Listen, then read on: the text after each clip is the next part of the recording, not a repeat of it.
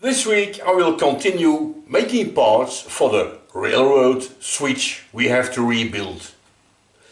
Now, in a previous video 2 weeks ago I cut off this bar here and from this part also, and now I think it's time to cut threads. These two bars, they're gonna hold this. This is gonna hold the bar. The bar is gonna hold this. Never mind. Now, because I don't know exactly what distance between this point and this point, I'm not gonna weld them in this video. But I can cut the threads. This part is of course some kind of length adjusted with a left hand thread and a right hand thread, and of course the counter nut that comes here. So I have to cut a left hand thread and a right hand thread on these two bars here. And I figured out with my figure out the thread system idea here that this is a 7G1 1A, whatever that means. And because I don't know a thing about Whitworth thread, 55 degrees, that's what I marked here, let's ask the internet for help. Okay, I got it. According to what I could find, and I translated it in millimeters, of course, the inner diameter inside here, inner diameter, should be 27.1, and the outer diameter, this one here, I'm gonna mark diameter here, diameter is 31.75. Now, there is, of course as always, a little problem. The bars they gave me to make these parts is very nice cold rolled steel, so that will be easy to work, but the diameter is 30 millimeters and I need 31.75. But I think I'm gonna use them anyway, because this is all we have. So all I have to do is to cheat a little bit in the dimensions of the thread and make it work.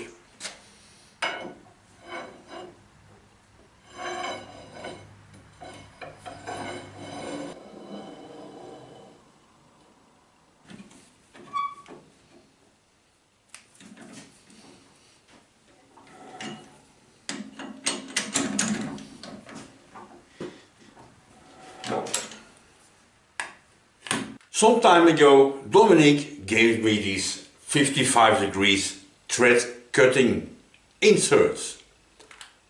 And I think it's fantastic, I really appreciate it. But then I thought, what the heck would I do with 55 degrees inserts? I never make Whitworth threads. And now, as you can see, here we are, I need. And so I made a little tool holder or an insert holder, and then of course, just like most of my other tools, this distance between the point and the bottom is exactly what I need to put my tool on center without putting shims. So on this lathe and on the other lathe exactly the same. Put it in, it's on center.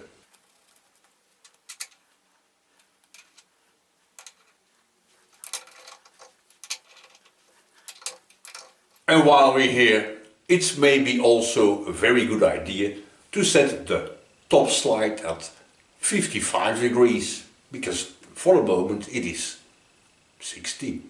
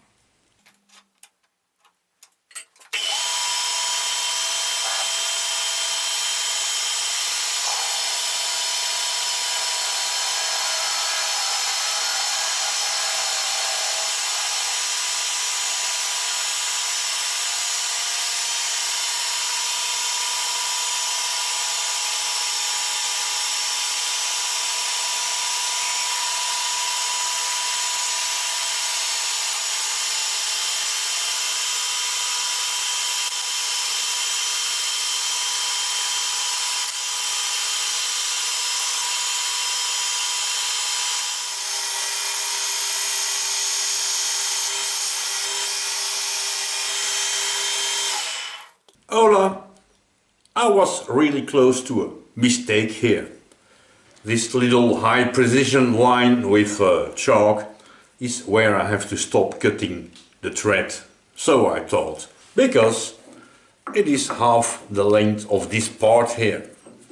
But I forgot that it also needs a counter nut that comes on this side. And that's really close to the chuck. So I have to change my setup a little bit.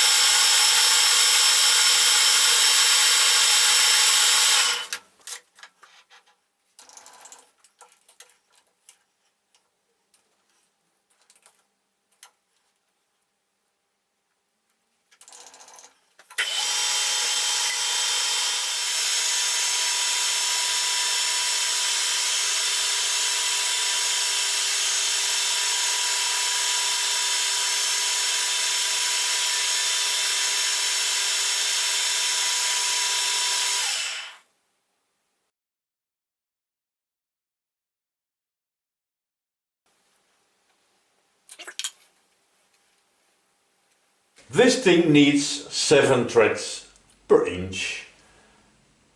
Threads per inch. 7.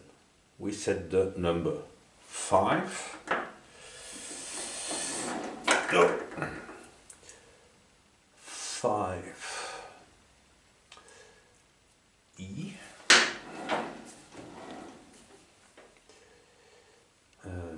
7. E. B and D. D.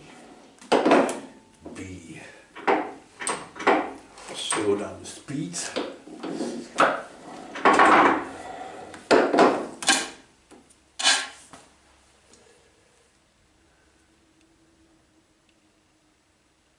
Should be it. Right. I think I'm ready to cut a thread. What I did before was take off a tiny bit the point of my insert here, because the profile of a thread is of course not pointy. The bottom side here is rounded, so I ground it a little bit more round, and now it fits more or less perfectly in this jig here. Right, let's see if indeed I have 7 threads per inch.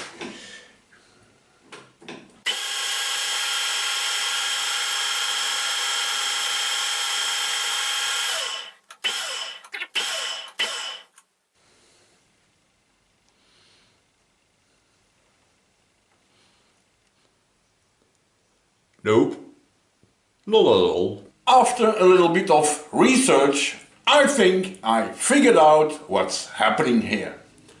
All my handles are correct, no problem, but I didn't take in account the Roman numbers that marked here.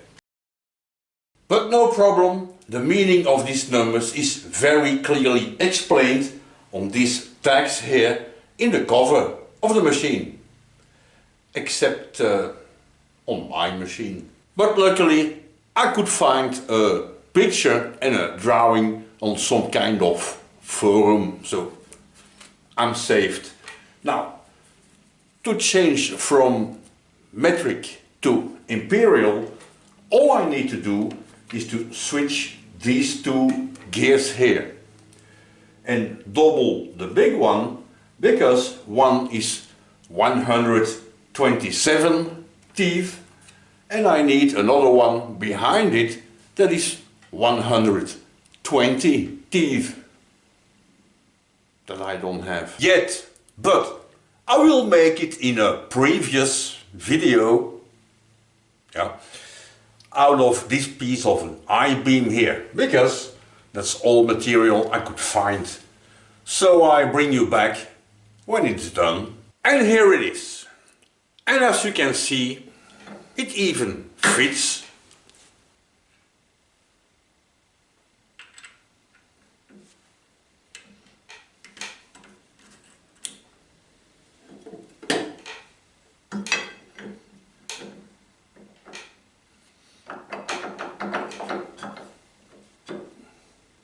But now there is another little problem. To make sure I installed all my gears in the right direction, because I can of course switch the small one up here and switch these two down here and switch these two in the middle here. I checked my little drawing that normally you can find of course inside the cover, except on this machine. But because this picture was not very clear to me, I checked in a manual. But in a manual it's not very clear either. So now luckily I have another manual from another machine, also a Celtic 14, but an older one. And in there they talk about metric spindles and imperial spindles. And so of course I checked the spindle, and my idea was that because it's a metric machine, I suppose this is also a metric spindle. But as you can see here, these measurements doesn't make any sense at all. So I flip my scale, and what do I see? This spindle is imperial of 4 TPI. And machines with an imperial spindle, so like this one, they don't need the 120 gear. All we need is the 90, 127 that I have here, and a small one on top. Okay, I reinstalled my complete gear train here. In a way it should be according of course to the manual, so we'll see. And the little shaft I used and the spare spacer I have now, I'm gonna leave them inside here, because my brand new useless gear is now a spacer, and so I can close the door.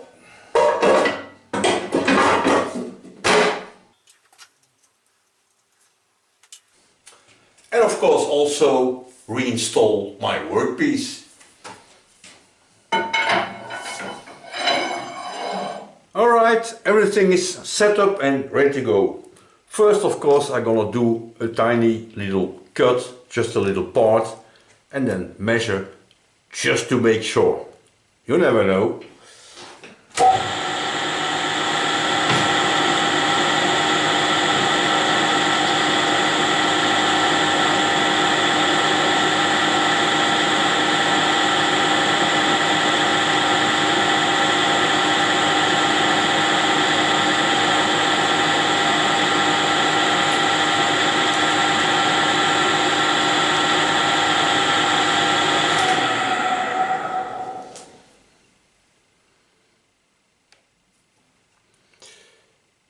Yes, this one looks spot on.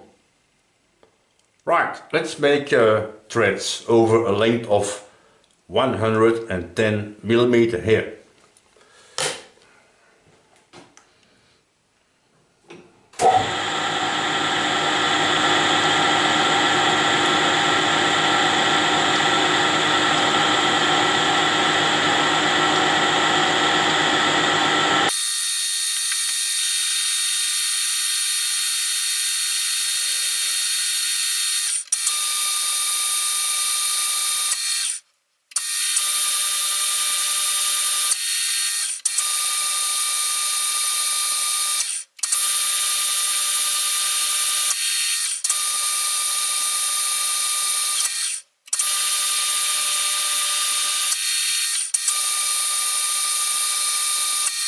Everything went very well, and it was of course until I turned off the camera to bring you back when I'm getting closer to finished dimensions, and that's where I broke my cutting tool. And from that moment on the whole thing went bananas. Impossible to cut a normal thread. I broke my tool 4 times. And the last time I broke it, as you can see, it's right here. This is the tip of the cutting tool. Of course, I double checked and I triple checked to see if there is enough clearance between the workpiece and the cutting tool and the tool holder and the little bolt, and there is, so I really don't know what's happening. But I think I'm gonna stop using these inserts, and I have here a 55 degrees little high-speed steel tool that I just made. Let's try with this one.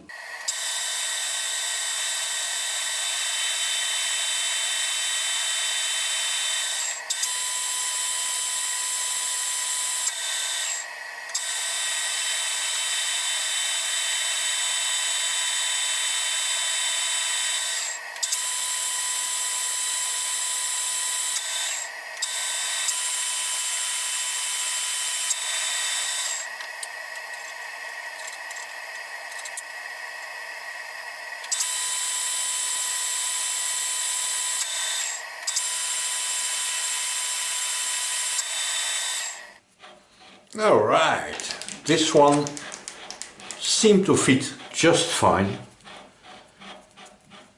and as you can see there's a lot of dirt in these threads. Let's clean it up a bit.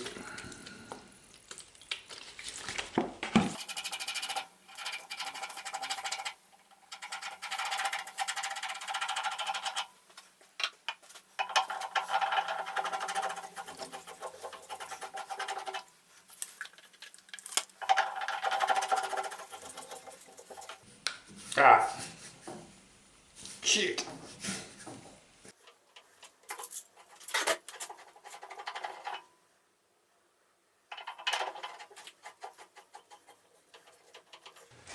I think this one just need a big cleanup in the threads inside and it will work. So all that's left to do is to make another one, but this time with a left-hand thread.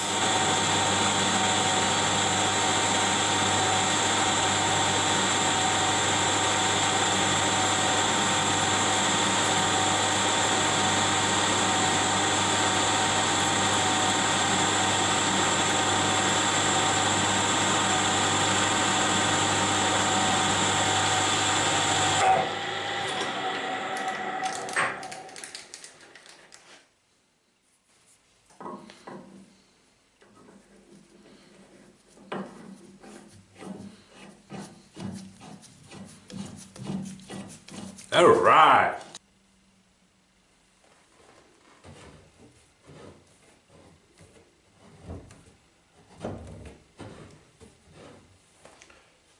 This is a kind of little projects that you can easily do if you know a little bit what you're doing on a Sunday afternoon, for example. So I suppose that's why for me it took 3 weeks. But at least now, finally, it works. And there is even more good news. One of the members of the Railroad Association could put his hands on this switch lever. And my job is to free it because this axle thing here is stuck.